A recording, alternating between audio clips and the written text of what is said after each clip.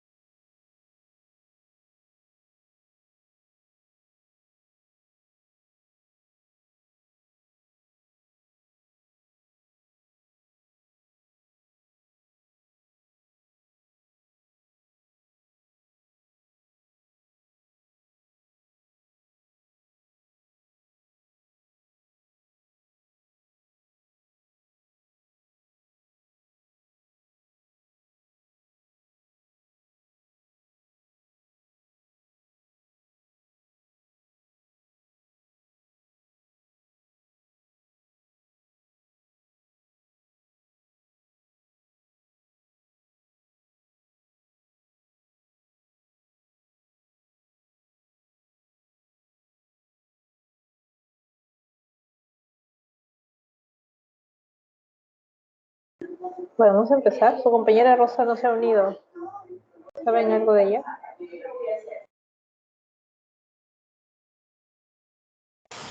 Doctora, ¿me da un minutito, por favor? ¿Me escucha? Disculpe. Escucho ruido, no te escucho. No hay ruido atrás. Sí, lo que pasa es que está lloviendo fuerte. Yo le escucho las justas, doctora, pero creo que no se puede acercar. Está lloviendo torrencialmente. Ok, ¿quién va a presentar el caso? Yo, doctora, por eso les repito que... Ok. Ok, empezamos entonces con la presentación del caso.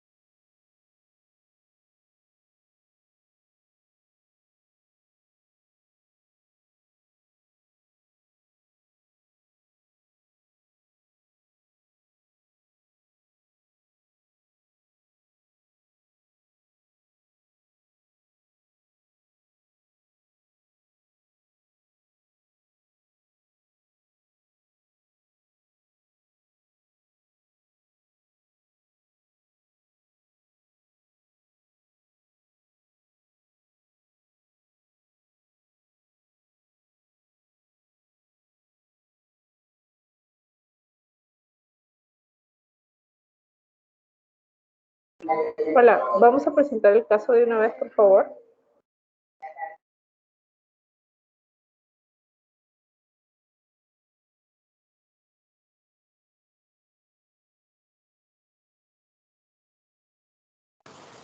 Doctora,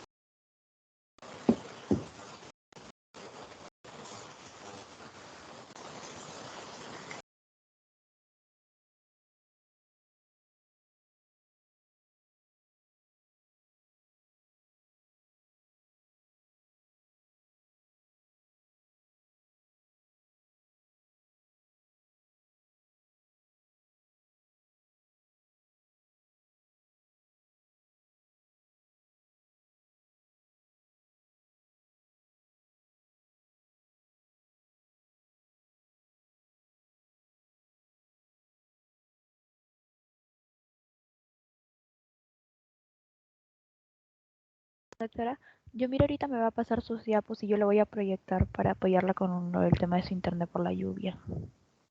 Ok, muchas gracias, Ana.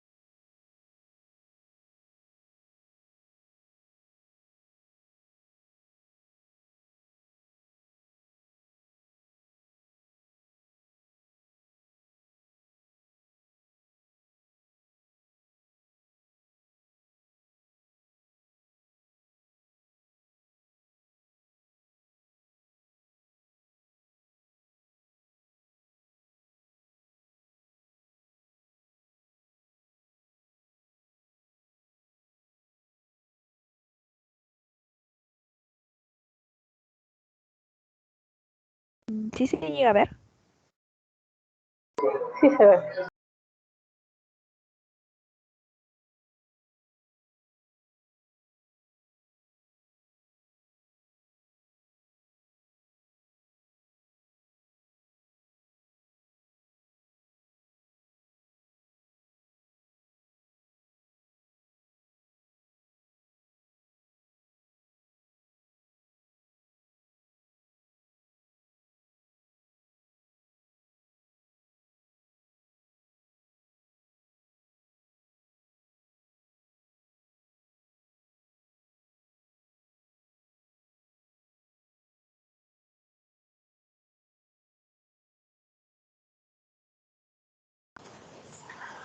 Doctora, disculpe.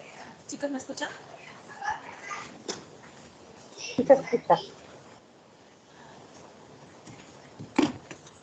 Ya.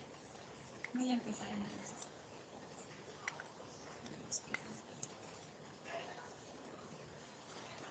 Bueno, en esta oportunidad vamos a hablar sobre lo que es artritis idiopática juvenil.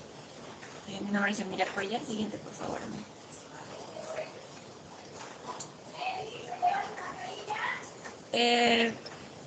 Bueno, en la presentación del caso, estamos frente a un paciente de 4 años de edad, 4 años y 5 meses, masculino, que pesa 13.4 kilogramos, con la fecha de ingreso del 12 de marzo del 2009. El lugar de nacimiento, procedencia y residencia habitual es en el Agustino Lima. Siguiente, por favor.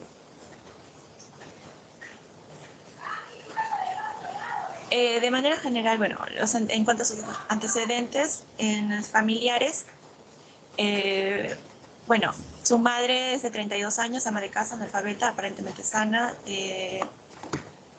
Su abuela de línea materna tuvo alguna cardiopatía, convulsiones, falleció. En antecedentes personales tenemos a lo que es en cuanto a sus antecedentes prenatales.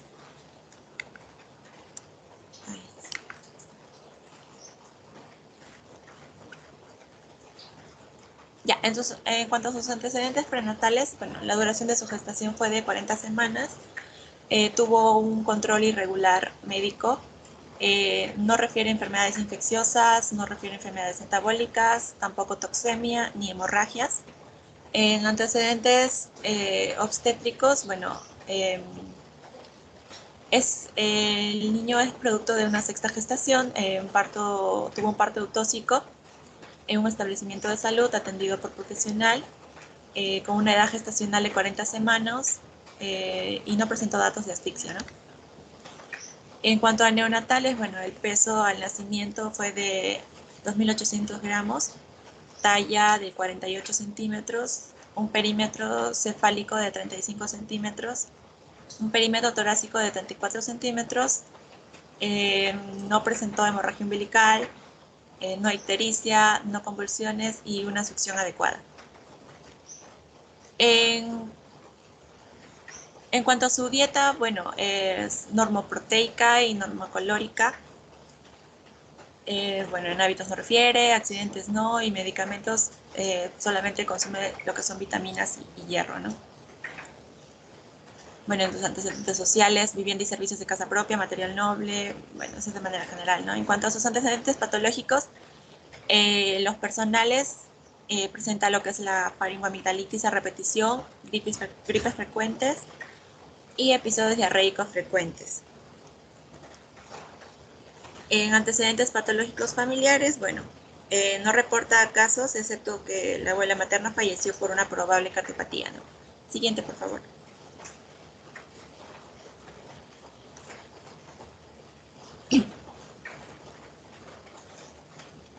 Bueno, para empezar con el relato cronológico, el 7 de marzo del 2008, el paciente derivado de médico particular acude a consulta externa del Hospital del Niño por presentar cuadros gripales a repetición, a veces acompañados de fiebre, artralgias, mialgias. Al examen somático general, bueno, se encuentra activo, con déficit de peso, presenta lesiones dérmicas en manos, A los siguientes exámenes es normal en cabeza y cuello, tórax y región lumbar, abdomen, lo presenta blando.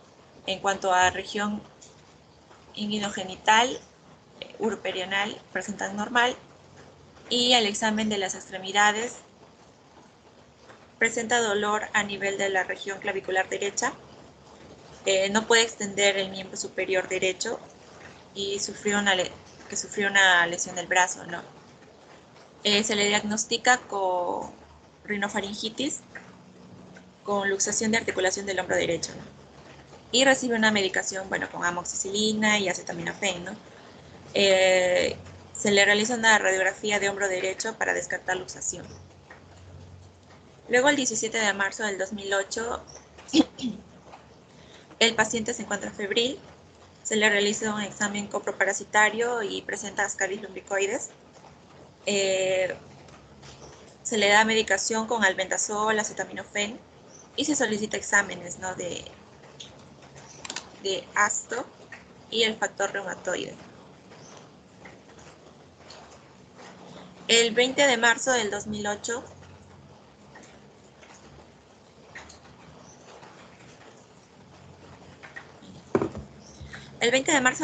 bueno, la fiebre persiste, el ASLO es de 500 unidades y la PCR sale positiva con 3 cruces. Esto podría podría significar que presenta inflamación. En cuanto a indicaciones, bueno, se le vale realizar una interconsulta a reumatología y recibe acetaminofén, ¿no? El 26 de marzo del 2008 recibe, luego de la consulta con reumatología, bueno, en su informe ellos ponen paciente de 3 años y 6 meses con cuadro clínico de aproximadamente 4 semanas de evolución, caracterizado por fiebre vespertina, escalofríos, que no se dio a la administración de antitérmicos y antibióticos. Además, presenta artralgias de tobillos y rodillas, con dificultad para la marcha y la consecuente limitación funcional, ¿no? Hace una semana ha disminuido la intensidad de su fiebre. Al examen físico, el paciente se encuentra activo. En cuanto a piel, se presentan lesiones hipercrómicas en el dorso de las manos, normocéfalo. En la orofaringe se encuentran amígdalas normales. En cuanto al cardiorrespiratorio normal y el abdomen normal también. El diagnóstico se le pone fiebre en estudio y se solicitan exámenes de sangre, de ferritina, de LDH, la creatinquinasa y bilirrubina. También se solicita lo que es una interconsulta a hematología y radiografía de tobillos. Ese mismo día pasa al servicio de hematología. Lo que ellos informan es paciente que acude a control, presenta dolor en extremidades y fiebre intermitente, en estudio con reumatología, y se le solicita estudio de anemia, punción medular, se le prescribe lo que es el complejo B. Siguiente, por favor.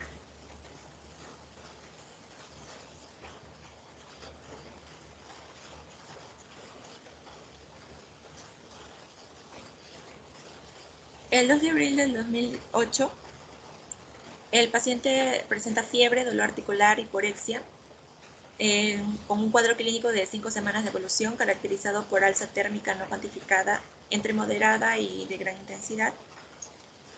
Presenta dolor articular de rodillas que limita la marcha, por lo que va a acudir a un médico particular y centro de salud. No es medicado sin mejoría. Es derivado al Hospital del Niño. Ahí es evaluado por reumatología, donde se decide realizar una punción medular el día 4 de abril, cuyo resultado fue que presentaba una médula ósea reactiva con monocitosis y eosinofilia moderada. Se le realizó una ecografía abdominal, lo cual no presenta anormalidades. Radiografía de tórax también normal. Y a la prescripción se le va a agregar lo que es ceftriaxona por 4 días, ¿no? Y bueno, es dado de alta el 10 de abril. Eh, Luego, el 16 de abril de 2008, el paciente es citado por reumatología, pero no acude a la cita. Y entre lo que es abril del 2008 y enero del 2009 no va a acudir a ningún control, ¿no? Luego, el 29 de enero del 2009, ingresa al servicio de medicina por presentar fiebre, dolores articulares. Se le prescribe naproxeno sódico, ácido fólico y complejo B. Luego, el 4 de febrero del 2009, en el servicio de reumatología, el informe de reumatología dice, bueno, no acude, paciente de 4 años que no acude hace un año a esta consulta, no recibió tratamiento especializado y presentan al examen físico adenopatías cervicales, sinovitis de carpo y de tobillo izquierdo con limitación de extensión, ¿no?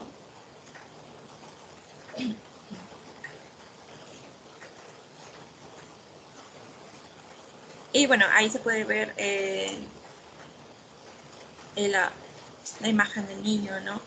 En cuanto a radiografía de cráneo, bueno, presenta lo que son signos de inflamación aumentados. En la radiografía de pie presenta una alteración del arco a nivel del astrálago. En la ecodoppler se encuentra normal. Se le da un diagnóstico de artritis reumatoidea juvenil. Se le prescribe metotrexato, 2 tabletas semanal, Cortiprex, prednisona, 1 mililitro cada día a las 8 de la mañana, loratadina, 1 cucharada cada día, calcio oral, complejo B y ácido fólico. Siguiente, por favor.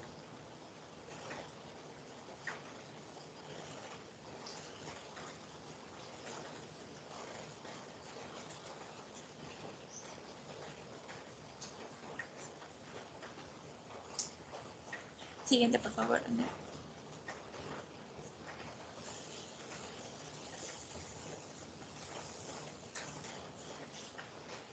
Ya. El 25 de febrero del 2009, bueno, el paciente presenta dolor al nivel de carpos, con fiebre ocasional no cuantificada. Se le prescribe metotrexato, 3 tabletas semanales, la prednisona a 0,6 mililitros cada día, complejo B y ácido fólico, ¿no? El 11 de marzo del 2009, el paciente ingresa a emergencia por presentar cuadro clínico de una semana de evolución con alza térmica no cuantificada. Presenta tos con secreción, rinorrea amarillenta, dolor en articulaciones de codos, tobillos y muñecas, acompañado de edema. La madre le administró acetaminofén sin mejoría alguna. El paciente se encontraba irritable al manejo debido a que el movimiento exacerbaba el dolor de las articulaciones. Se encuentra taquipneico, taquicárdico. En los campos pulmonares se encuentra lo que son, bueno, en la radiografía de tórax se pueden ver los que son los estertores subcrepitantes. A los ruidos cardíacos se encuentran rítmicos, no soplos. En el abdomen es blando, depresible, no doloroso. Y se decide su ingreso con diagnóstico de bronconeumonía, ¿no? Se le va a prescribir lo que es la penicilina G sódica con esquema para su edad. En la radiografía se puede observar lo que es un infiltrado neumónico y parénquima pulmonar derecho. Al 24 de marzo del 2009, en el servicio de reumatología, está con diagnóstico de artritis reumatoidea juvenil y bueno, su prescripción sigue con naproxeno, pero ya de 10 miligramos por kilogramo al día, cada 12 horas. Se solicita interconsulta a fisiatría. Se suspende el metotrexato y corticoide por 1 semana. El 24 también pasa por el servicio de oftalmología, donde bueno, el fondo de ojo sale normal, ¿no? Y el 7 de abril de 2009 pasa por el servicio de fisiatría. Se le indican ejercicios de rehabilitación para realizar en su domicilio. El paciente es dado de alta médica, notoriamente mejorado en sus condiciones generales. Deberá continuar un control por consulta externa de pediatría y reumatología. Siguiente, por favor.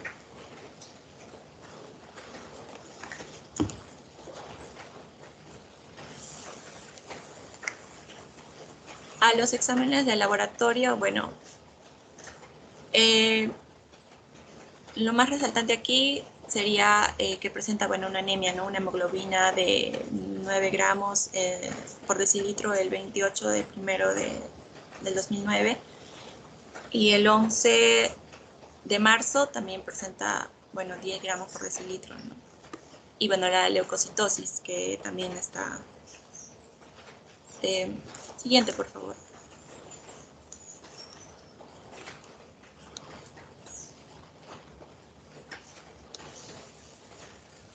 Y bueno, después me tocó las siguientes dos preguntas, que es, bueno, elaborar una lista de problemas del caso en cuanto a sus síntomas. Bueno, acá lo puse a lo que son la fiebre vespertina con 4 semanas de evolución, escalofríos, la artralgia en tobillos y rodillas con dificultad para la marcha, y un año después presenta lo que es el dolor en el carpo y tobillo izquierdo con limitación a la extensión, ¿no? Después se le adiciona el dolor en articulaciones de muñecas, codos y tobillos.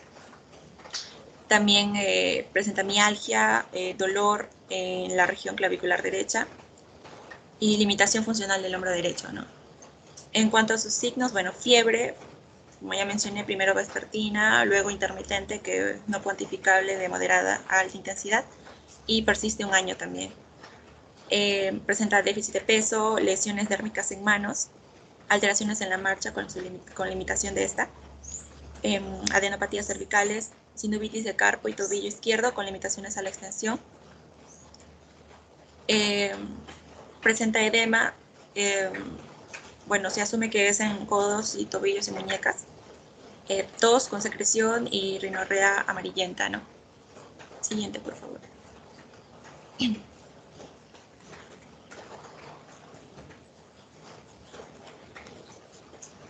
Manifestaciones radiológicas, bueno, en su radiografía de cráneo ya, como mencioné, se presentaron lo que son los signos de inflamación aumentada en radiografía de pie, alteración del arco a nivel del astrágalo. En radiografía de tórax, un infiltrado neumónico en parénquima pulmonar derecho. En cuanto a sus alteraciones por laboratorio, bueno, presentó ascaris lumbricoides en el examen microscópico de heces. En el examen de antiestreptolicina O, presentó 500 unidades por litro. En valores normales en los niños es menor a 150. El PCR salió positivo. En cuanto a la punción lumbar, bueno, se le realizó esta punción lumbar en la médula ósea y se encontró, bueno, reactiva con monocitos y eosinofilia moderada. El factor reumatoideo salió negativo y el anti-CCP también negativo. En cuanto al colesterol, la urea y creatinina se encuentran bajos. Presenta leucocitosis, neutrófilos segmentados aumentados y anemia, ¿no? En cuanto a hemoglobina y hematocrito, que se encuentran disminuidos. Siguiente, por favor.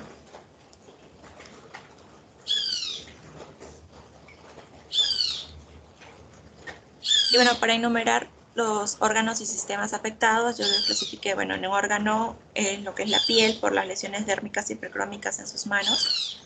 En los pulmones, ya que presenta estertores crepitantes en campos pulmonares. Y en la radiografía de tórax se presenció infiltrado alveolar en pulmón derecho, ¿no? Que se le diagnosticó como bronconeumonía.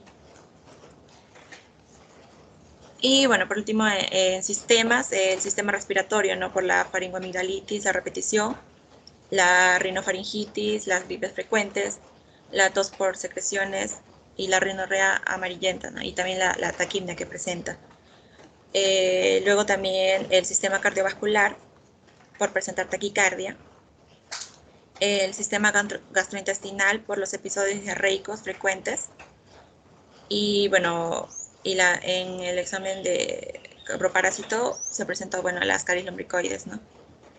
El sistema osteoarticular también, ya que presenta artralgia en tobillos y rodillas con limitación funcional, Luego el sistema musculoesquelético, por la mialgia, la limitación funcional del hombro derecho.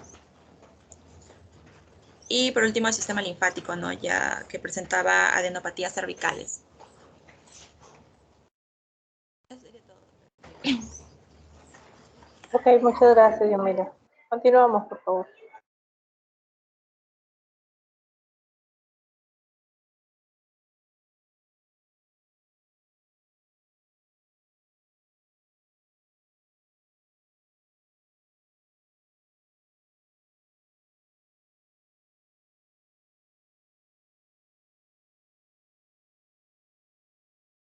¿Quién sigue con las otras dos preguntas?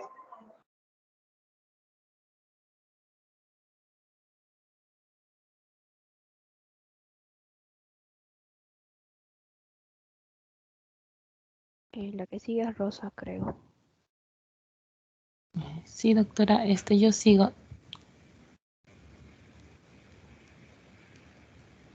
¿Me escucha? Estás Sino que tengo un presentando. problema. Sí, sí, te escucho.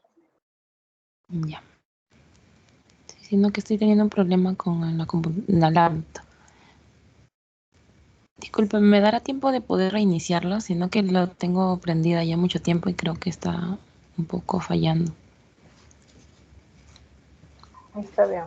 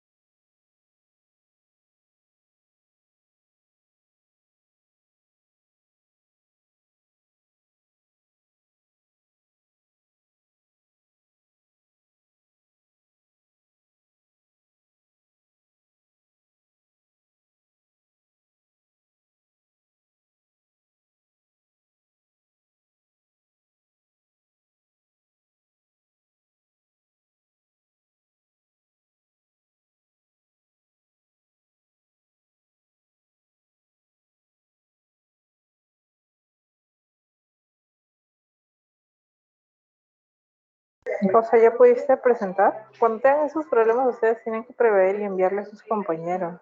Si no, nos vamos a demorar un montón.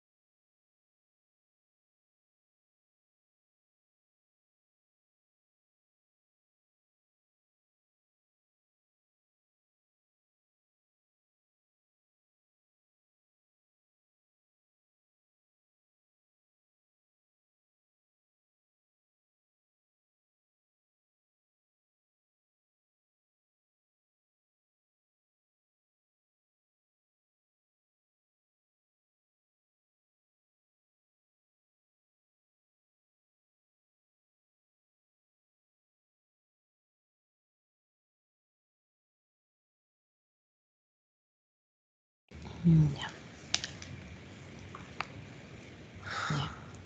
Muy bien, doctora. Disculpe, ¿sí se puede visualizar? Sí, se ve. Ya, muy bien. Vamos a ver la parte de que es sustentar los síndromes y el diagnóstico explicando la fisiopatología. Muy bien, vamos básicamente encontramos un síndrome febril con la fiebre persistente de manera vespertina e intermitente. El síndrome articular, una poliartritis periférica por la sinovitis del carpo, tobillo izquierdo, con limitación de la extensión. Aparte hay una lesión del brazo. Hay un dolor a este nivel también, a nivel de la escápula derecha. Y hay artralgias y mialgias, ¿no? Ya bueno, ese sería el síndrome doloroso, ¿no? De tipo inflamatorio, con el dolor en las extremidades, las artralgias, las mialgias, artralgias en tobillos, rodillas y dolor en las articulaciones como codo, tobillo, muñecas, acompañadas de edema. De ahí un síndrome dermatológico, las lesiones hipercrómicas y las lesiones dérmicas en manos, ¿no? El síndrome consultivo constitucional, constitucional por la desnutrición, la anemia, la baja de peso también. El síndrome también adenomegálico por las adenopatías cervicales y finalmente un síndrome respiratorio por por las vías, a nivel de las vías respiratorias altas, ¿no? Vías aéreas altas. Se le diagnosticó rinofaringitis, ¿no? En sí, por procesos gripales. También una bronconeumonía. Muy bien, ahora para hablar de la patogenia o patogénesis, básicamente esta es una enfermedad autoinmune, mientras que el resto de es una enfermedad autoinflamatoria. A comparación de las otras artritis idiopáticas, vamos a ver que son autoinmunes, ¿no? Dentro de las diferentes etiopatogénicas, porque vemos varios agentes, principalmente encontramos lo que es la interleuquina 1, la interleuquina 6 y el factor de necrosis tumoral alfa, que son segregadas por estas citoquinas, ¿no? Y principalmente estas, cuando llegan a... Ya.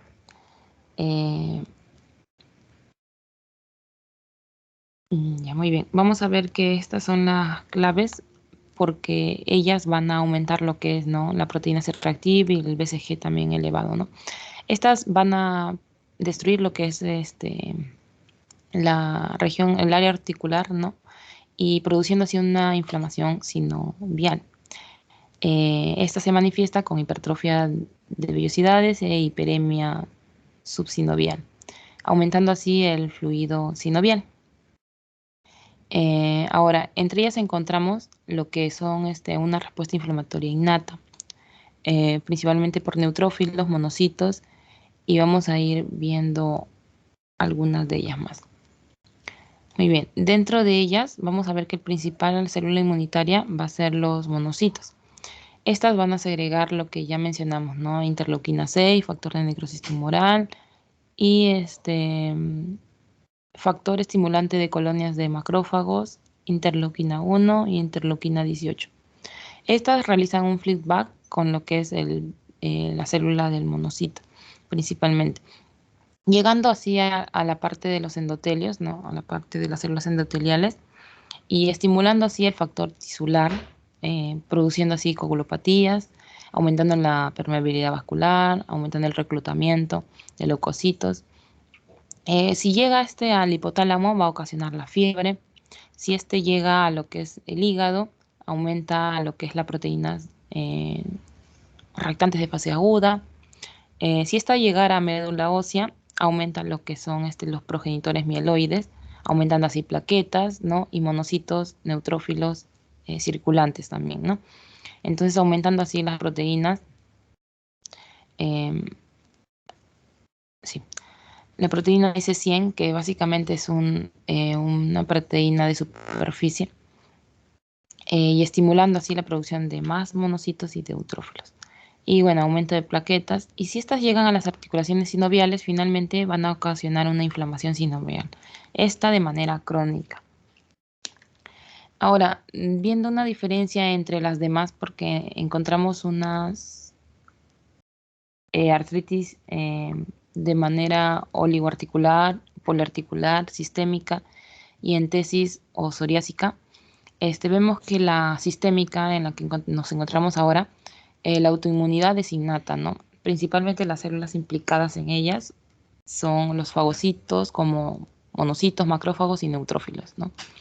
También encontramos que el mecanismo es la falla del control, ¿no? De la vía alternativa de producción de citoquinas, activación de ellas excesivas de estos fagocitos, y además la enfermedad autoinflamatoria, ¿no?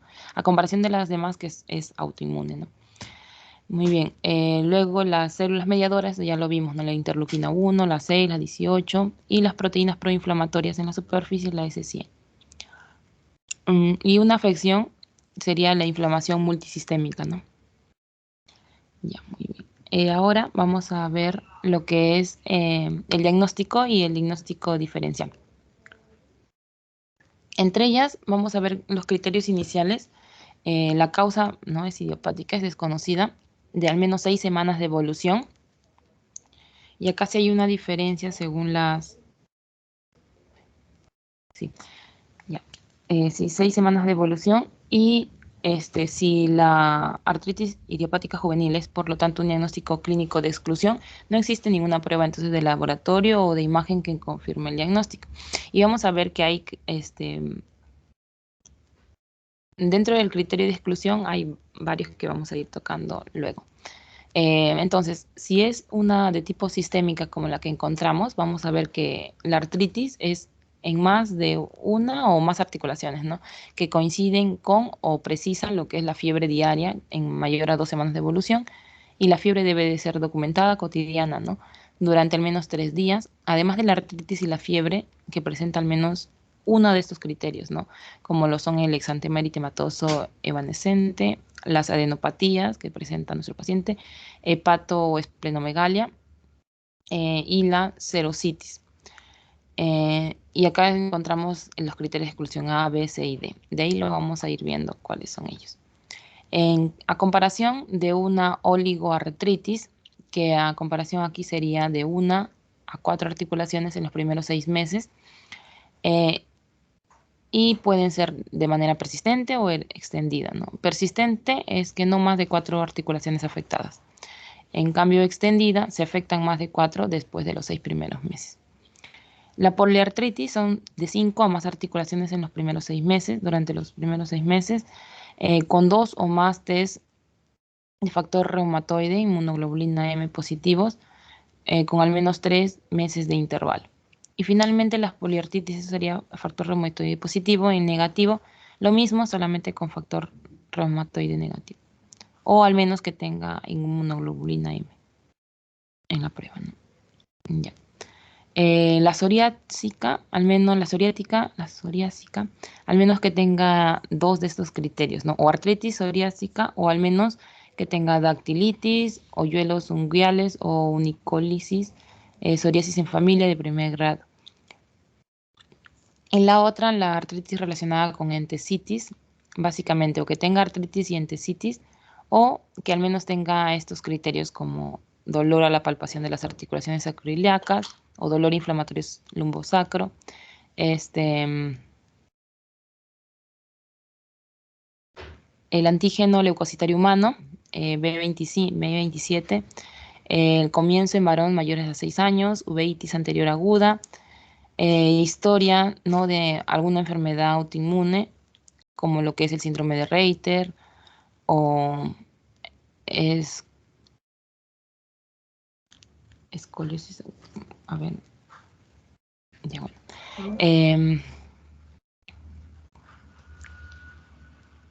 Ya, y finalmente la artritis indiferenciada, que es la cual no cumple ninguno de los criterios, ¿no? Ninguna de las categorías que hemos mencionado, o bien cumple 2 o más criterios. Y ahora, ¿cuáles son los criterios de exclusión? Encontramos de la A hasta la E, ¿no? La A es que presente psoriasis o historia de psoriasis en el paciente familiar o familiares de primer grado, ¿no? Papás, mamás, hermanos. Y B, artritis de comienzo después de los 6 años, ¿no? En varón con lo que es el antígeno leucocitario humano B27 positivo. Luego, espondilitis anquilosante, artritis relacionada con entesitis o sacroilitis asociadas a lo que es la enfermedad inflamatoria intestinal, síndrome de Reiter, uveitis anterior aguda o una historia de ello en el paciente o familiares de primer grado, ¿no?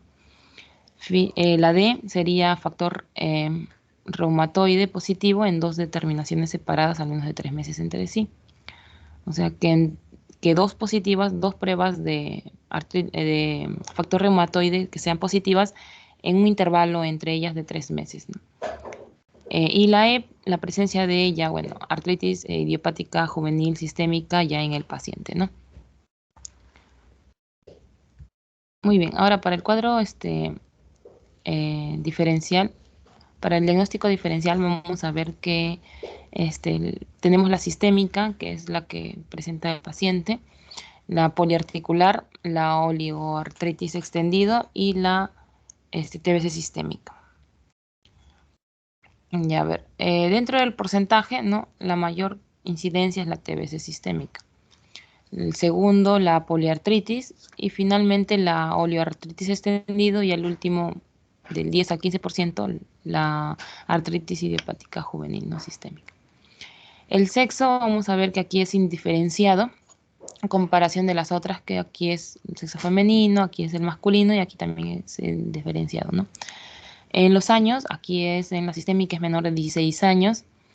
Aquí no refiere, no tiene una edad establecida, pero en la poliarticular sí, ¿no? En picos de 2 a 5 años y de 10 a 14. En las articulaciones, la cantidad y el número, acá puede ser cualquier número y cualquier articulación en la sistémica. Igualmente en la poliarticular, ¿no? Pero generalmente es simétrica en ambos lados, ¿no? Y debe involucrar más de 5 articulaciones. Aquí también, ¿no? En la oligoartritis también es simétrica en cualquiera de las articulaciones, pero deben involucrar menos de 5 articulaciones. Y la TBC sistémica generalmente es monoarticular, ¿no? Y la localización más frecuente es en la cadera. Ahora, si presentan fiebre, exantema, linfadenopatías, hepatomegalia, hepato y esplenomegalia, en la sistémica sí, ¿no? Sí cumplen todos estos signos, todos estos síntomas, ¿no? Signos y síntomas. En cambio, en la poliarticular no, y tampoco en la oligoartritis. En la sistémica, sí hay una afectación musculoesquelética, principalmente en la columna vertebral, y en segundo lugar, una artritis tuberculosa, seguida de una osteomielitis extrapiramidal, extraespinal, indolora en un inicio, pero no refiere estas, ¿no? A ver, y luego la uveitis, en la sistémica es raro, En el poliarticular del 10 al 20, si es común en pacientes, ANA positivo. Y en la TBC vamos a ver que sí afectan las estructuras extraoculares, ¿no? Como las intraoculares. Ahora, el recuento de glóbulos blancos, aquí hay un predominio de neutrófilos, ¿no? De lo que es la inmunidad innata. Aquí es normal, en ambos es normal, en la TB sí es igual elevado. En la hemoglobina comúnmente es bajo, ¿no? El paciente cursa con anemia, y en las demás es normal, ¿no? En la BCG, sí, aquí en la sistémica la encontramos muy elevado, y en cambio en las demás están de leve a moderado, ¿no? De leve a moderado, y la TBC sí es elevada. Ahora, lo que es el ANA, vamos aquí a encontrar lo negativo. Aquí hay títulos bajos, no, sí, título bajo, pero es positivo, comúnmente en niños más pequeños, y en la TB sí es positivo cuando hay compromiso articular, ¿no? Ya, el factor reumatoide, vamos a ver que acá es negativo en la sistémica, mientras que en las demás también es negativo, pero acá puede ser en la poliarticular, puede ser del 10 al 20% es positiva en mayores de 10 años. Y la ferritina, vamos a ver comúnmente extendida, es elevada acá, mientras levemente elevada si en las otras no refiere. Respuesta al metrotexato, acá es de pobre a moderado y en los demás excelente, ¿no? Y es más, en la TBC se recomienda ya el tratamiento quirúrgico. Y en la respuesta a fármacos biológicos, acá es pobre en inhibidores del factor de necrosis tumoral, pero sí es excelente para lo que es cuando se trata con inhibidores de la interleuquina 1 y 6. En contraposición acá, ¿no? Igual es excelente para lo que es ambos, ¿no? Tanto para necrosis de factor de necrosis tumoral y para inhibidores de interleuquina 6. Pero es insuficiente para los de interleuquina 1. Igualmente tanto en la poli como en la oligoarticular, ¿no? Y bueno, último, un diagnóstico diferencial en lo que es las monoartritis y la poliartritis, ¿no? Relacionadas con una infección, vamos a ver que pueden tener, o puede ser secundaria a una artritis séptica, una osteomielitis, sinovitis transitoria, artritis reactiva, enfermedad de Lyme y tuberculosis. En la poliartritis, la infección por Neisseria gonorrhoeae, infecciones virales, endocarditis infecciosa, fiebre reumática, artritis postestreptocócica y artritis reactiva. Mecánicas o ortopédicas, vamos a ver que acá secundaria a fracturas como accidentes, distensión o ruptura de ligamentos o cuerpo extraños como una sinovitis secundaria. En cambio en la poliartritis por una hiperlaxitud o una displasia. En malignidad principalmente puede ocasionar leucemia, linfoma, neuroblastoma, igual en la poliartritis. Y con respecto a la inflamación, vamos a ver que acá hay una enfermedad inflamatoria intestinal y una fiebre mediterránea familiar. También la artritis idiopática juvenil. Y en la poliartritis vamos a ver que también hay una artritis idiopática juvenil, hay lupus eritematoso sistémico y hay dermatomiositis juvenil, enfermedad inflamatoria intestinal o síndromes autoinflamatorios. Y otras podría desencadenar una hemofilia o secundaria una sinovitis vellonodular o hemangioma sinovial. Y en cambio en la poliartritis una artritis asociada a inmunodeficiencias, ¿no? O enfermedad del suelo. Eso sería todo, doctora. Gracias, Rosa. Continuamos, por favor.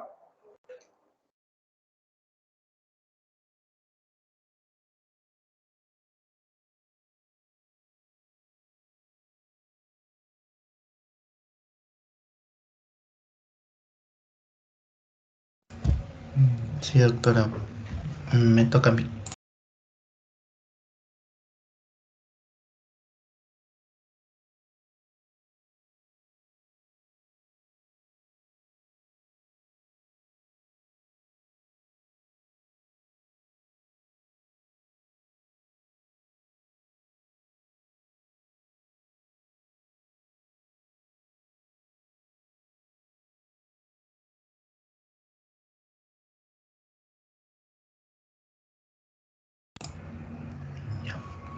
Ya bueno, continuando con el caso clínico, a mí me tocaba la parte de la pregunta número 5 y la pregunta número 6, ¿no? Sobre lo que es la parte del sustento del plan de trabajo para este caso, ¿no?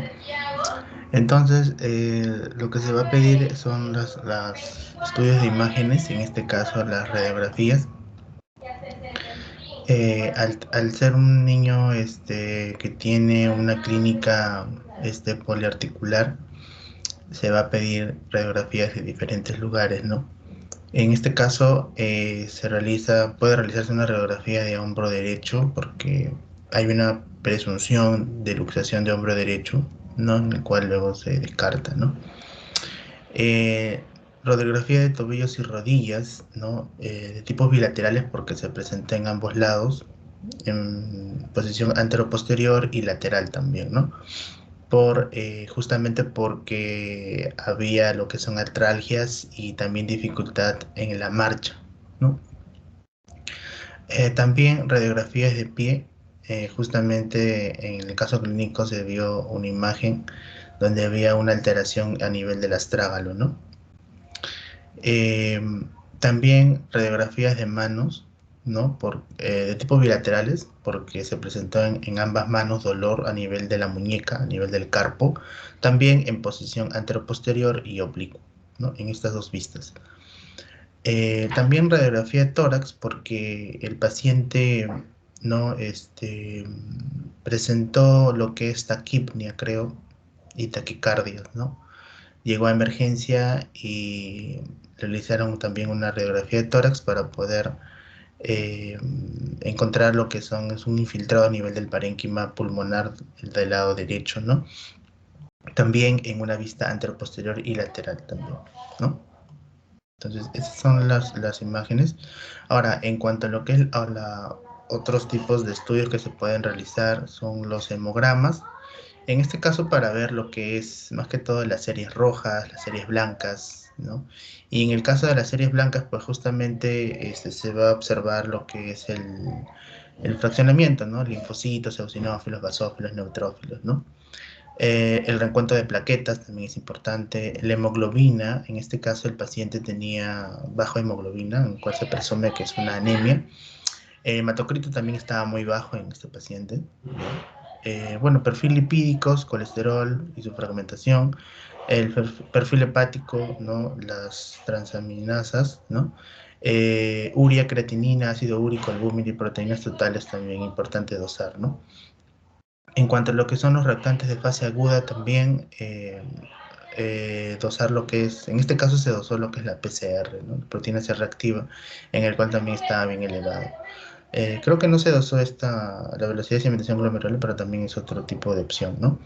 En cuanto a las pruebas inmunológicas, también realizar un dosaje de lo que son los anticuerpos antinucleares, los anticuerpos anticardiolipinas, el factor reumatoide, los anticuerpos anticitrulinados y también dosar la antiestreptolicina tipo O, ¿no? Porque justamente el paciente tenía lo que es una afección de la una rinofaringitis, creo, y justamente se dosó esto para poder descartar si había sido provocado por lo que es un estreptococo beta hemolítico, en el cual también este tipo de bacteria también puede ocasionar daño a nivel de las articulaciones, ¿no?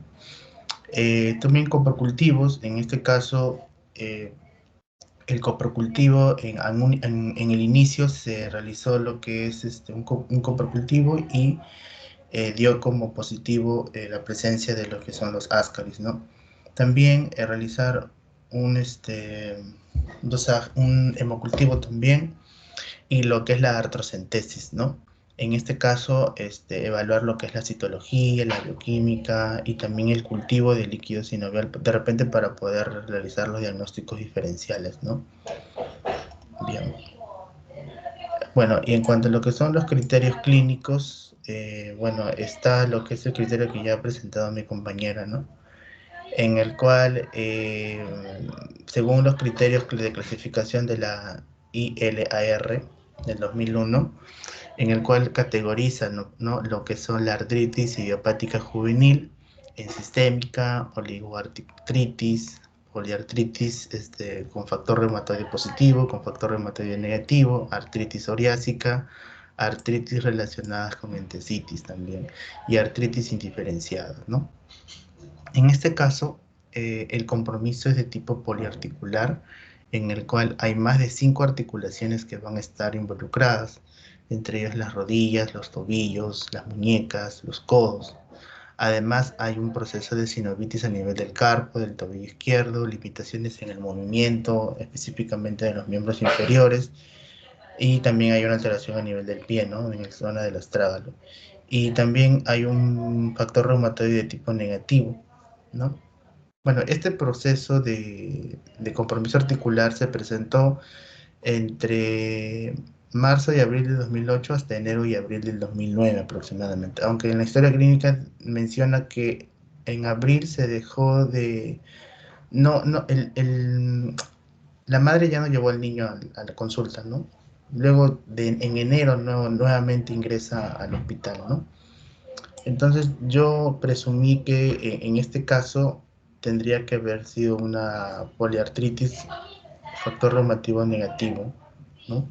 Porque hay una artritis de más de 5 articulaciones en menos de 6 meses, y además el factor reumatoide también es negativo. Bueno, también hay otro gráfico en el cual nos puede establecer, ¿no?, cómo es que esta poliartritis, factor reumativo negativo, se presenta específicamente en las articulaciones pequeñas, ¿no? ¿No? De los miembros inferiores y superiores, ¿no? Bueno, eso sería todo.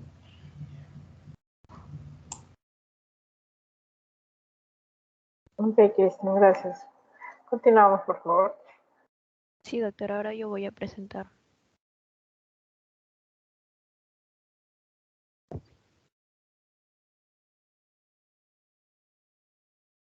Bueno, ahorita tenemos al paciente con que ya salió del cuadro agudo que presentaba, ¿no?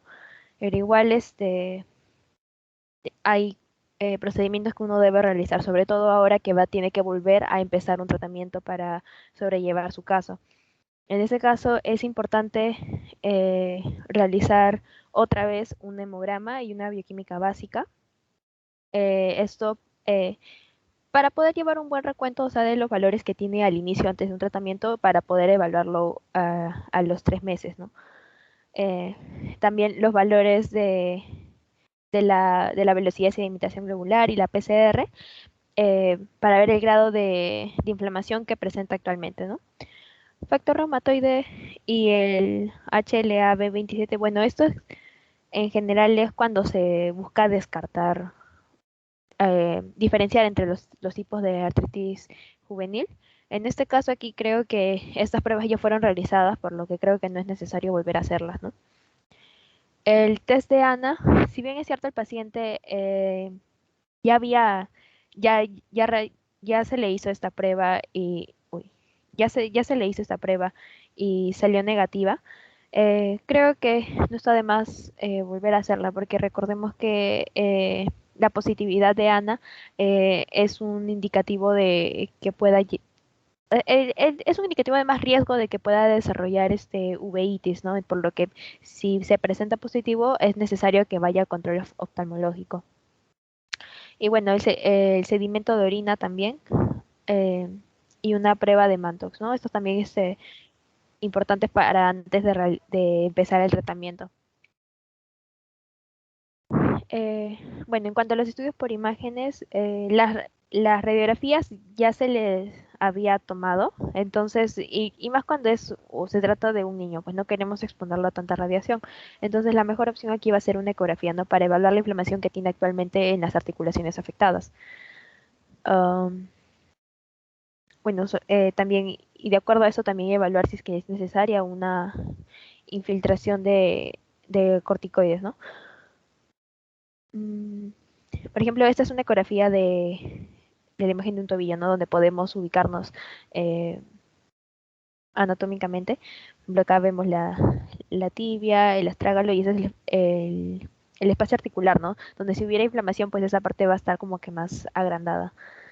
Y bueno, muchas veces en las radiografías no se llega a localizar mucho las erosiones óseas que pueda tener, a menos que sea un caso muy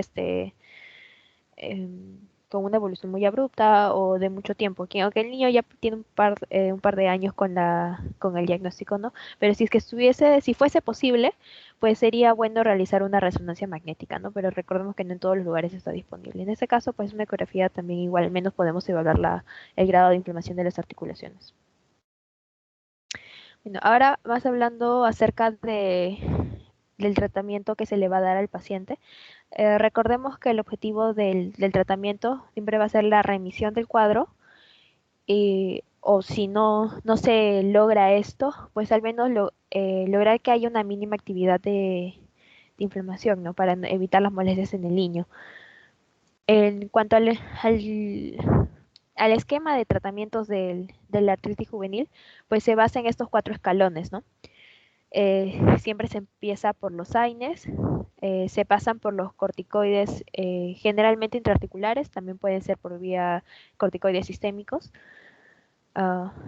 Bueno, los FAMES o los modificadores de la enfermedad, ¿no? Que en primer lugar son los sintéticos y desde que no se encuentra una buena respuesta, pues se pasan al escalón de los modificadores de la enfermedad de tipo biológicos, ¿no? Bueno, mencionaba que el uso de corticoides, pues en general se daba de manera intraarticular, pero también se puede dar de manera sistémica, eso de acuerdo al criterio de la gravedad que presente el paciente, ¿no? Y siempre de gravedad y de si tiene una afectación sistémica. Y por lo general, o sea, siempre buscando que sean ciclos cortos, ¿no? Aquí un ejemplo es la prednisona de 0.2 a 0.5 miligramos por kilogramos al día. Bueno, aquí está tachada con una X los AINES porque muchas veces los AINES por sí solos no son suficientes, ¿no? O sea, son insuficientes para remitir el cuadro, por lo que por lo general se usan los AINES como puentes para poder hasta que salgan todos los análisis para poder evaluar, o sea, si el niño puede ya empezar su terapia con algún tipo de FAMES o en una terapia de transición de AINES junto a corticoides, ¿no? Cuando se trata de casos agudos. Bueno, entre los AINES principalmente tenemos estos 3, al ibuprofeno, al naproxeno y a la indometacina. Estas son las dosis que se refieren en los esquemas de tratamiento. Por lo general, o sea, se prefiere el naproxeno por por, por las dosis que maneja, ¿no? Porque como podemos ver aquí se maneja solo de cada 12 horas, mientras que el ibuprofeno y la indometacina mantiene un esquema de dosis cada 6 a 8 horas, ¿no? Por lo que puede ser un poco tedioso esta medicación para el niño.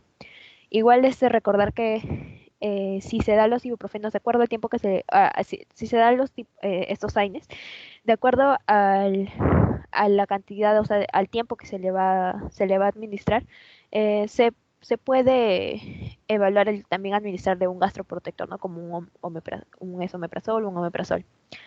Pero bueno, estas son las dosis que se contemplan, ¿no? Las dosis pediátricas siempre están contempladas de acuerdo al peso, ¿no? Al peso o a los metros cuadrados que tenga el niño. Bueno, y también se revisaba de que en algunos casos se puede usar el COX-2, pero que aún no se encuentra con evidencia suficiente, por lo que en los esquemas en realidad no está contemplado, ¿no? Por lo que, bueno, siempre se prefiere el naproxeno, ¿no? Como decía. Bueno, en el caso de los corticoides, eh, son 3 los tipos de medicamentos que se van a dar, ¿no? La prednisona oral, la metilprednisolona endovenosa y el acetónido de triamcinolona, que está, bueno, es infiltrado intraarticular, ¿no? En el caso de la prednisona y la metilprednisolona, estos los vamos a reservar solo para casos graves y para artritis idiopática juvenil sistémica, ¿no? En este caso, bueno, el paciente, si bien es cierto, al inicio de su cuadro sí presentaba una presentación sistémica, recordemos que se manifestó con fiebres vespertinas, pero actualmente el cuadro ya estaba un poco como que en remisión, ¿no? Pero por lo que hay que evaluar, no sé si se le puede acompañar con la prednisona o no. Si se le da, pues puede ser de 1 a 2 miligramos por kilogramo al día, ¿no? Vía oral todas las mañanas, ¿no? Durante un tiempo. Ah, bueno, en el caso de la acetonidotriamcinolona, estas se van a dar de 20 a 40 miligramos intraarticular. Y esta variación de las dosis se va a dar de acuerdo al tamaño de la articulación, ¿no? Por ejemplo, si es una articulación de rodilla, pues es una articulación más grande, ¿no? Y bueno, estas por lo general se reservan para la artritis idiopática juvenil poliarticular y las que tienen fácil acceso, ¿no? Eso también es considerado como un tratamiento puente antes de poder empezar otro tipo de tratamientos con los modificadores de la enfermedad, ¿no? Y si en caso, cuando ya pasó consulta oftalmológica y se ve que hay uveitis, pues también se puede dar corticoides tópicos, que en este caso pues serían las gotas, ¿no?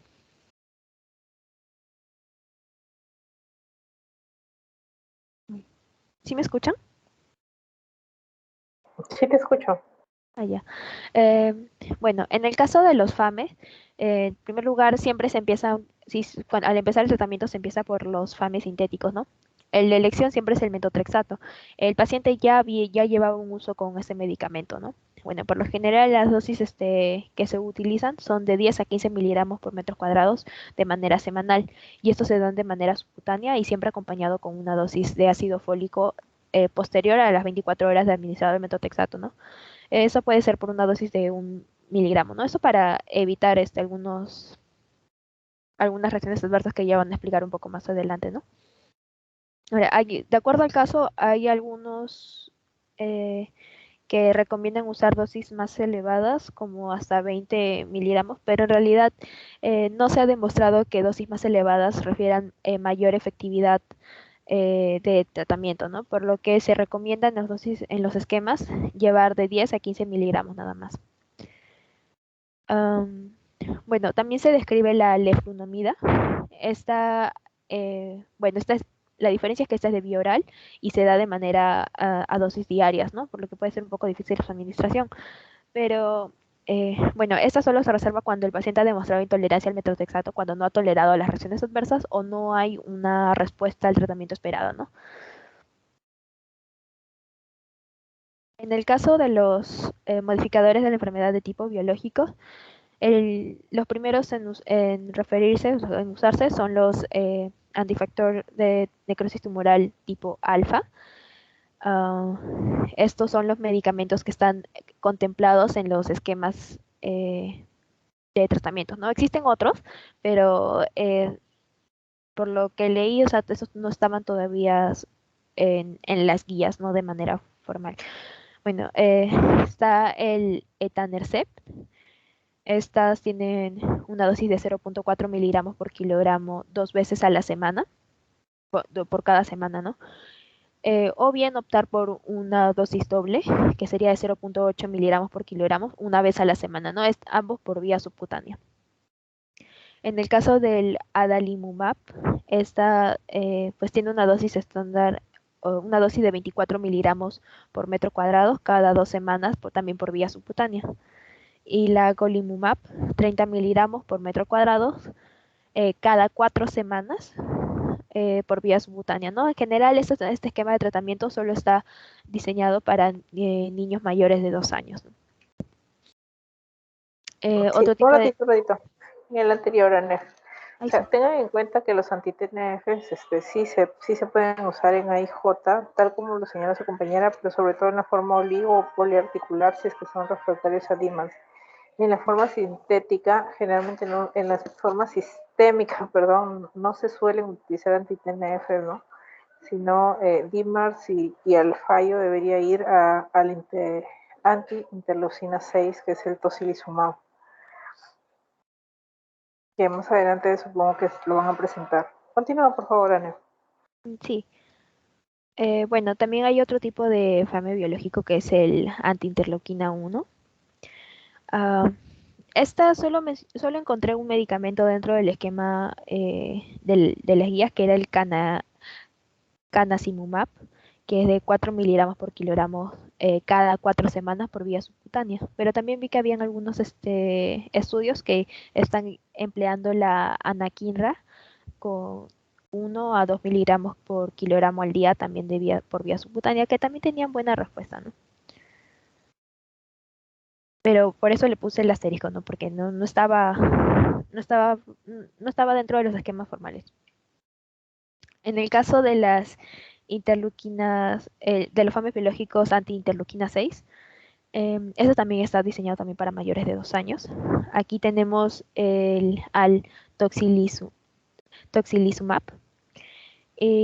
Bueno, aquí las indicaciones, como dijo la doctora, pues es para las artritis idiopáticas juveniles de tipo sistémicas o poliarticulares, ¿no? Aquí, en el caso de las sistémicas, se puede optar por una anti-interleuquina 6 si es que hay una respuesta inadecuada cuando ya se usó los AINES y los corticoides sistémicos. O en el caso también si tiene una manifestación una de tipo poliarticular y hay una respuesta inadecuada o intolerancia al metotrexato, ¿no? O sea, aquí en primer lugar se usó el metotrexato y aquí cuando ya no hubo respuesta de los corticoides sistémicos. Y bueno, esta es eh, la dosis que se contempla, ¿no? Que creo que sí lo dije. Bueno, aquí cuál es, se lo pueden leer, ¿no? 8 miligramos por kilogramo cada 2 a 4 semanas, ¿no? Por vía, esto tiene una administración de vía intravenosa o subcutánea también. Bueno, y hay otros tipos de fames biológicos. Aquí tenemos al antilinfocito T y al antilinfocito B. En el caso del antilinfocito B tenemos al abatacept, que esta tiene una dosis de 10 miligramos por kilogramo y esta, bueno, el modo de administración es que se le da la primera semana, de ahí a la segunda semana y después a la cuarta semana. Es decir, las 3 primeras dosis se dan cada 2 semanas, ¿no? Y posterior a esto ya se va a ampliar el tiempo, el intervalo entre cada dosis a 4 semanas, ¿no? Por vía intravenosa, ¿no? Y la diferencia de eso es de que, pues, tiene que ser en mayores de 6 años, ¿no? En general, los anteriores tratamientos biológicos se veía para mayores de 2 años. Este sí, pues, solo para mayores mayor o igual a 6 años. Y se da cuando hay una respuesta inadecuada a a los antifactor de necrosis tumoral tipo alfa. En el caso de la rituximab, por lo que vi todavía no estaba aprobado, pero que sí se encontraba estudios con buena respuesta a este tratamiento. Y bueno, el esquema de tratamiento es de 750 miligramos por metro cuadrado, 2 veces a la semana, también por vía intravenosa. Y eso era todo, doctora.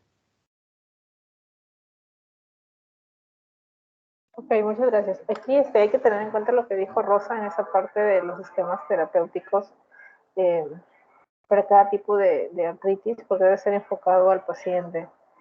Y este paciente tiene más un cuadro clínico de AIJ sistémica, ¿no? Entonces, en la sistémica no se suelen utilizar tantos anti-TNF, sino solamente directamente, si es que hay fallo de DIMAR, debería ir a antiinterleucina 6, porque suelen fallar también anti-TNF, ¿no? Gracias, Anel. Continuamos, por favor.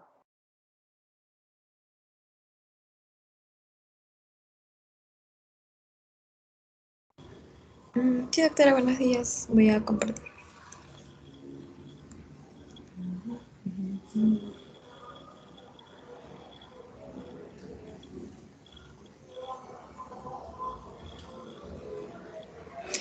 Bueno, continuando con las últimas preguntas del caso clínico. Bueno, estas corresponden la primera acerca del mecanismo de acción bueno, de la terapia del caso que se le administró al paciente, ¿no? Y por último, los efectos adversos que podamos encontrar de determinadas reacciones, o de interacciones medicamentosas. Bueno, este es un cuadro en el cual se mencionan las recomendaciones en cuanto al tratamiento de la artritis idiopática juvenil. Bueno, aquí básicamente es según el compromiso en cuanto al número de articulaciones que se menciona. También aquí encontramos las sistémicas, ¿no? Bueno, como vemos en todos los casos, el de primera línea, como también mencionó mi compañera, son en este caso los AINES, que se utilizan sobre todo en cuanto bueno, digamos que es efectivo en cuanto al compromiso articular, ¿no? Oligoarticular, etcétera. Sin embargo, cuando encontramos formas más agresivas o en cuanto a las poliarticulares, es importante también la asociación en cuanto a los modificadores de enfermedad como es el metotrexato, ¿no? Bueno, con respecto a los corticoides, también como se ha mencionado, eh, como vemos en la mayoría de casos cuando hay un compromiso, en este caso articular, como la forma oligoarticular, por ejemplo, es más beneficioso el uso de infiltraciones, ¿no? En este caso se menciona la triamcinolona, pero en el caso del paciente se administra prednisona. Y bueno, en este caso es más efectivo el uso de infiltraciones más que el sistémico, que el corticoides sistémicos, ya que estos no tienen mayor efecto. Sin embargo, vemos que en cuanto a cuando el compromiso en general de esta artritis idiopática juvenil es sistémica, entonces aquí sí se pueden incluir ese tipo de corticoides, ¿no? Que lo incluimos fundamentalmente en las formas sistémicas, como se mencionan. Bueno, con respecto a las modificadores de enfermedad, preferentemente se usa el metotrexato sobre la leflunomida, pero también se puede dar el uso de la leflunomida en caso del fallo de metotrexato, ¿no? Pero como vemos, por ejemplo, también en forma sistémica, el uso frecuente es asociarlo con metotrexato. Y por último, en cuanto a los agentes biológicos, igualmente respecto cuando, por ejemplo, se menciona aquí, en cuanto a compromiso oligoarticular, por ejemplo, o también poliarticular, vemos que el uso frecuente es de los anti-TNF, ¿no? Sin embargo, en las formas sistémicas, aquí se destaca, por ejemplo, la antileuquina en cuanto a la 1, ¿no? Y por último también se mencionan los anti-TNF. Bueno, con respecto a los AINES, como os he mencionado, es la base de tratamiento inicial, que digamos resalta esta función en cuanto a las formas oligoarticulares, ¿no? Ahora, como vemos, los AINES, entre sus funciones, vemos que son antiinflamatorios, también analgésicos y también antipiréticos, ¿no? Entonces, en este esquema básicamente se representa cómo los fosfolípidos de la membrana a través de la fosfolipasa vamos a encontrar liberación de ácido araquidónico que mediante la ciclooxigenasa, ambas formas, tanto la 1 como la 2, encontramos estos endoperóxidos cíclicos, tanto el PGH2 como el PGG2, ¿no? Y estos con la liberación posterior de tromboxanos, de prostaglandinas y prostaciclinas, ¿no? Sin embargo, vemos que estos AINES actúan justamente a este nivel. Por ejemplo, aquellos, en el caso bueno, en este caso de la paciente en el cual se le administra, en este caso, naproxeno, bueno, vemos que bueno, actúa en cuanto a nivel de la COX-1 como también de la COX-2, ¿no? Estos no son selectivos de la COX-2. Entonces también vamos a ver interacciones, bueno, reacciones adversas que también vamos a mencionar más adelante, que difieren, en este caso, por ejemplo, del celecoxib, que digamos que sí es selectivo de la COX-2. Y básicamente aquí es donde desarrolla sus funciones, ¿no? Por ejemplo, a nivel de los tromboxanos vemos que hay aumento en la relación plaquetaria como la vasoconstricción y que esto, bueno, digamos que se compensa con la acción de la prostaciclina, ¿no? En la cual vemos que hay una disminución de la relación plaquetaria y aumento de la vasodilatación, ¿no? Y en cuanto a las prostaglandinas, donde aumenta la vasodilatación, el dolor, también la fiebre, ¿no? Que básicamente con respecto a la actuación de los AINES es que vemos esos efectos, ¿no? La acción como antiinflamatorio, como analgésico y antipirético también.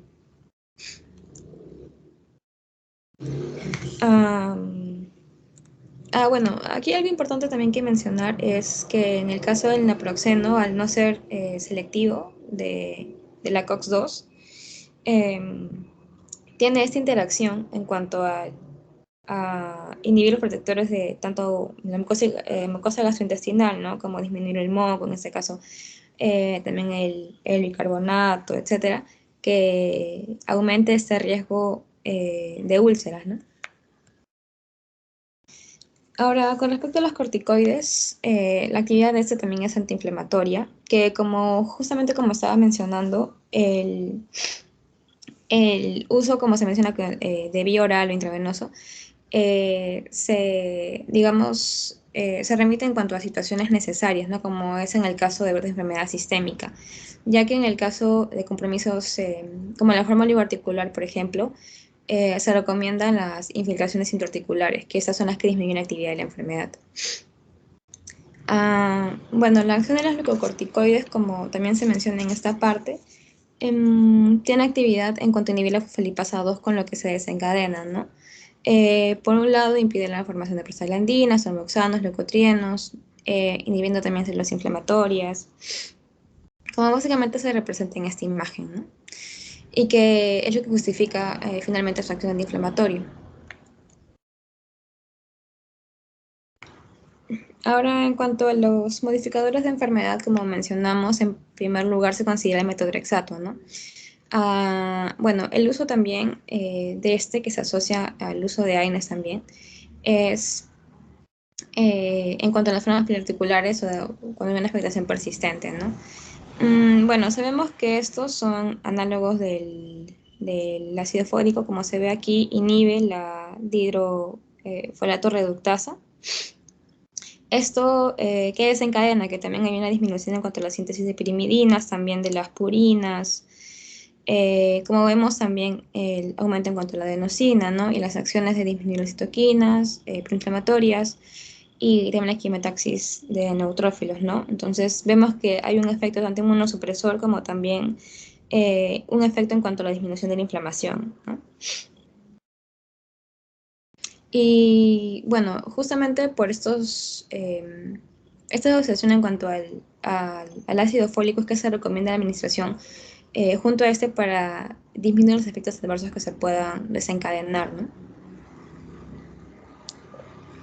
Y con respecto a los biológicos, bueno, en el caso del anti-TNF alfa, es mayor utilidad en cuanto al compromiso articular. Sin embargo, en cuanto al sistémico, se refiere al uso del tocilizumab, también el anakinra, que es anti-interleuquina 1, el canakinumab, que es con respecto a la anti-interleuquina 1 beta, ¿no? Que es de preferencia en el uso sistémico. Y bueno, lo voy a mencionar en las reacciones adversas, pero también es importante recalcar, por ejemplo, el uso de los anti-TNF alfa, que es importante descartar que hay algún proceso de infección crónica, ¿no? Ya que puede desencadenar la activación de este.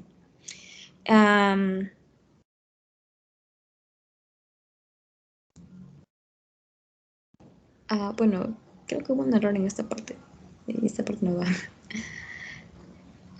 Bueno.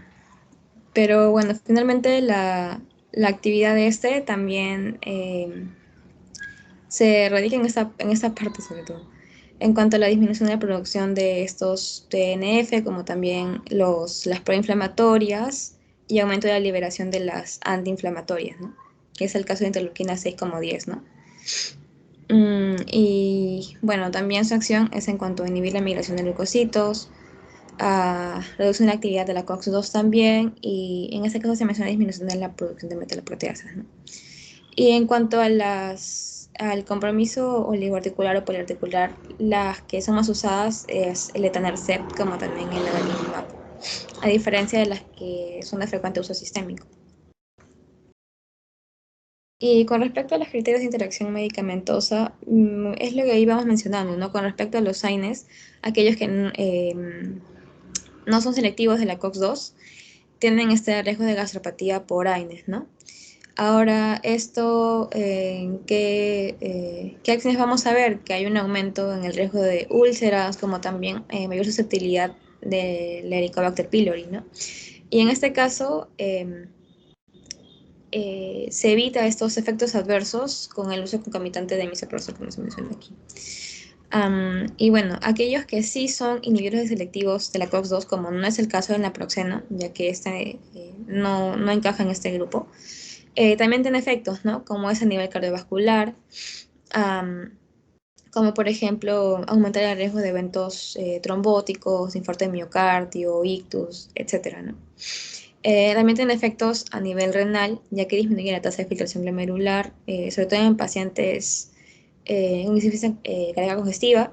Sin embargo, también estimula la retención de sodio y agua, ¿no? Y por último, en personas que tienen sensibilidad en cuanto a nivel renal, se menciona la nefropatía por AINES. Bueno, en la parte de interacción medicamentosa se puede resaltar, por ejemplo, que disminuye la eficacia de los antihipertensivos, por ejemplo. También que disminuye el efecto de los diuréticos, por ejemplo, ¿no? Algunos que se pueden mencionar. Y en cuanto al uso de AINES con metotrexato, también bueno, al respecto, se menciona que aumenta la toxicidad de este, ¿no? Y con respecto a los anticoagulantes, también tiene un mayor efecto, aumentando su actividad. En este caso se menciona el peligro de hemorragias, ¿no? Ahora, con respecto a los glucocorticoides, aquí también se resalta que el uso concomitante junto a los AINES puede tener un mayor efecto gastrolesivo, ¿no? Bueno, aquí hay algunos efectos adversos, como es el caso de la fragilidad ósea que también se menciona, y es por eso que cuando hay un uso mayor a 3 meses se recomienda suplementarlo con vitamina D, ¿no? En este caso el paciente pediátrico, ¿no? Que sería importante. También otros efectos en cuanto al síndrome de Cushing, por ejemplo, que lo conocemos cuando hay un tratamiento prolongado a dosis altas de glucocorticoides, ¿no? Y otros efectos, como por ejemplo se menciona aquí los niños con tratamiento prolongado también hacen el retraso del crecimiento, ¿no? Y justamente por esos efectos adversos es que el uso de glucocorticoides en realidad es más limitado. Ahora, con respecto al metotrexato, como ya se ha mencionado en varias ocasiones, tiene un efecto teratogénico, como también gastrointestinal. Bueno, algo también que se refiere a la toxicidad es a nivel medular y se refiere aquí la pancitopenia, ¿no? Sin embargo, digamos que no es tan frecuente, pero también lo podemos encontrar. Y es la administración junto al ácido fólico lo que finalmente neutraliza los efectos tóxicos que pueda tener este nivel, ¿no? La toxicidad medular. Y bueno, con respecto a los anti-TNF-alfa, bueno, como sabemos, facilita la reactivación de infecciones latentes, ¿no? Principalmente se menciona la tuberculosis, pero también puede ser el caso del virus de hepatitis B, por ejemplo, ¿no? Y es por eso descartar estos casos antes de administrar estos fármacos, ¿no? Ahora también, en el caso pediátrico, aquí la recomendación es actualizar la calendarización de vacunaciones, ya que no se recomienda administrar de forma simultánea con las vacunas vivas atenuadas, ¿no? Además, también se resalta en cuanto al efecto neurológico efectos desmelinizantes. Y bueno, algunas otras que aquí se pueden agregar, por ejemplo, es en casos más alejados del que se presenta ahora, ¿no? Como en insuficiencia cardíaca de grado 3,4, también el aumento de riesgo en cuanto a linfomas, etcétera, ¿no? Sin embargo, algo que también se puede destacar en esta parte es la anemia plástica, ¿no? Que se puede desencadenar por el efecto en cuanto a la citopenia. Bueno, eso sería todo. Ok, muchas gracias. Efectivamente se trata de una IJ sistémica, ¿no? Un paciente con fiebre, con compromiso articular, que también tuvo compromiso dérmico. Entonces, he estado revisando sus trabajos y no han colgado todavía sus tareas. Mira, me preocupa que no has Sí, colgado doctora, ningún caso. lo que pasa es que los tengo, o sea, no culminados, pero ya el día de hoy los subo todos, doctora. Ya, Disculpe. no se olviden, porque si no, no van a tener notas, ¿no? Bueno, ¿tienen alguna duda con respecto a este caso?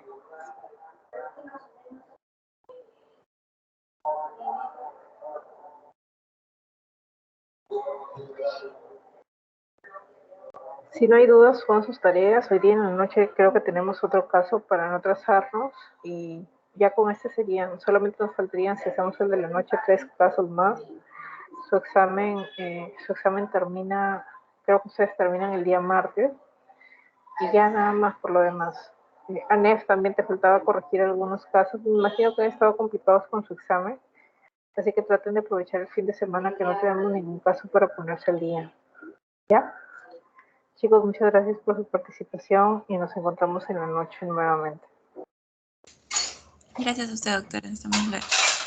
Gracias, doctora. Cuídense. Hasta luego. Gracias, Hasta luego, doctora. doctora. Gracias.